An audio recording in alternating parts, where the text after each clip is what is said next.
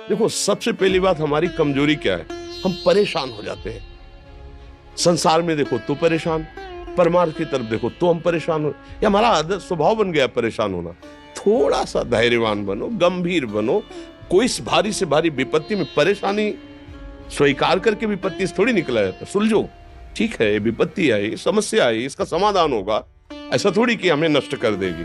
अगर अभी हमारी बड़ी हानि हो जाती है, हम कल इससे बड़ा लाभ प्राप्त कर सकते हैं। हमको एकदम बिल्कुल गंभीर रहना है, इतने कमजोर नहीं बन जाना। अब वो गए तो क्या होगा, अब वो वस्तु गई तो क्या, पद गया तो क्या होगा। प्रयास किया था, ये पद मिला था, इससे बड़ा पद प्राप्त करूंगा, मैं इससे बड़ा महान बनूंगा। ठीक है, एक बार गिर गया, गलती हो गई, दंड भोगूंगा, फिर इससे ज्यादा संयम में रहूंगा। बिल्कुल मतलब एकदम फ्रेश दिमाग रखना चाहिए। और अपने लोग क्या है, जरा सी बात में एकदम पछड़ा कर लेते हैं, एकदम कमजोर हो जाते हैं। ये बिल्कुल ठीक नहीं है। हम जीवन भर की यात्रा की बात कह रहे हैं, भारी से भारी कष्ट में भी मुस्कुराना, तो हमें बल मिला है, हमें भगवान की कृपा का दर्शन हुआ है, हमें उनका दुलार दिखाई दिया है। अगर ऐसे तो भाग जाते, फिर परमार्थ में थोड़ी चलना होता है। आज जो आप सुन करके लाभ लेने की चेष्टा कर रहे हो ना, ये केवल प्रवचन नहीं है, ये जीवन है। अगर ये जिए ना होते ना तो ये इसका प्रभाव नहीं पड़ता, फिर वाणी का प्रभाव नहीं पड़ता। हम इसीलिए कहते हैं, जैसे आप लोग एकदम परेशान हो जाते हैं तो बोलो, क्या हमसे ज्यादा परेशानी होगी? दोनों किडनी खराब, दवाई लाने के लिए पैसे नहीं, पानी रखा है हम उठ के पी नहीं सकते, भीषण शरीर में कष्ट, भीषण बुखार, क्योंकि किडनी फेल, जरा में बुखार, खाने को क्या, रोटी मांग के लाओ। अगर वहां सब्जी मिलती तो लाल मिर्च ऐसी पड़ के मिलती थी कि पा नहीं सकते थे। आप सोचो, पानी लाना है तो मुझे लाना है, पीना है तो मुझे पीना है। अगर मैं हारता तो कहां पहुंच जाता, क्या स्थिति होती? नहीं, मरना है, पर कदम पीछे। कोई दिन ऐसा नहीं जिस दिन सेवा ना की हो, जिस दिन सेवा ना गए हो। गुरु जी की सेवा में जाना है, पहले अपने को स्वस्थ साबित करना है, नहीं वो सेवा नहीं लेंगे। तुम बीमार हो, तुम कष्ट में हो, ऐसा उनकी दृष्टि बड़ी शांत होगी। सेवा की, आके लेट गए, फिर हिम्मत की, अपनी श्री जी की सेवा की, मधुकरी नहीं गए, 3-3, 4-4 दिन भोजन नहीं गए, पर सेवा नहीं छोड़ा, दिनचर्या नहीं छोड़ी। और उसका प्रधान कारण संयम, ब्रह्मचर्य, भगवदाश्रय, नाम जप, कभी हारने नहीं दिया। अभी भी थोड़ी देर बाद डायलिसिस शुरू हुआ, हारने, आपको हारे हुए नजर आ रहे हैं। शरीर में पीड़ा है, किडनी फेल है, ऐसा थोड़ा हम स्वस्थ बैठे हैं, पीड़ा है, बार बार प्यास लगती है, थोड़ा थोड़ा पानी मिलता है, हर, लेकिन हम आनंदित हैं, हम प्रसन्न हैं। हम लड़ाई में हारे नहीं हैं, ना हारेंगे, हम जीत चुके हैं।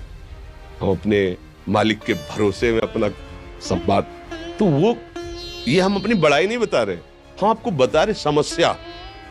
सोचो, तुम्हारे पास तो माँ है, भाई है, बहन है, परिवार है, कोई ना कोई तो है ना।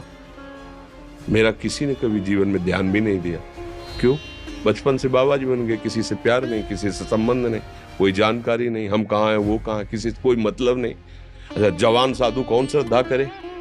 कभी गांव जाने की हिम्मत नहीं पड़ती कि रोटी मांग ले, पता नहीं लोग क्या सोचेंगे, क्या भावना कर ले। हम दरवाजे पे खड़े हैं, क्या कैसी भाव, जो हमारे सामने आकाश वृत्ति से आया यौवन अवस्था में वही पाया, अन्यथा भूखे रह गए। जब हम हर समय अपने को विवेक के द्वारा सावधान रखे तो हम कभी निराश नहीं हुए, कभी उदास नहीं हुए, कभी ऐसा नहीं लगा कि यार हम दुखी, कभी नहीं लगा। उसी का फल है कि उस सुख का संकेत मिल गया जहां दुख की निशानी भी नहीं है, वही उसी के बच्चे हो। हम सब उसी धातु से बने हुए हैं। हम इतना क्यों परेशान हो जाते हैं? हम ये देखते हैं अपने लोग, थोड़ी बात बिगड़ गई परेशान, नहीं बिगड़ी तो बिगड़ जाने की संभावना में परेशान है। आज सुख है लेकिन कल सुख छिन जाएगा, तो हम आज के सुख में सुखी ना होकर कल के दुख की आने की संभावना में हम भयभीत हो। मतलब क्या हमारी सोच रह गई? हमको इतना बलवान बनना है कि सुख और दुख दोनों हमको छू न सके। भारी से भारी सुख की व्यवस्था है तो अहंकार नहीं, हर्षित होकर किसी का अपमान न करे कि हम धनी, हम पदाधिकारी, अमुक। भारी से भारी दुख आया तो हमें किसी के सहयोग की जरूरत नहीं, हम फिर अपने कदम बढ़ाएंगे, हम फिर जुड़ी हुई अपनी भावनाओं को सजाएंगे। मस्त जीवन एकदम, तुम अविनाशी के बच्चे हो। शेर का बच्चा भेड़ों के बीच में फंसकर म्यों म्यों बोल रहा है, बस अगर दहाड़ना सीख जाए तो कोई भी उसे परास्त नहीं कर सकता। ऐसे भगवद अंश, तू प्रपंच में फंसकर अपने को इतना दीन क्यों देख रहा है? तू ऐसा है कि भगवान के दिव्यास्त्र में भी ताकत नहीं तेरे को मार सके। तू अविनाशी का अविनाशी बच्चा है, विनाशी भोगों को, विनाशी शरीर को मैं मान के इतना भयभीत, इतना दुख, ठीक नहीं। ये सबके लिए, केवल एक के लिए नहीं। आप समझो, आप लोग सोचते हैं हम गृहस्थ होकर भला ऐसी स्थिति कैसे। जनक जी सुखदेव जी के गुरु हैं और राजा हैं, महल है, रानियां हैं, नौकर है, चाकर।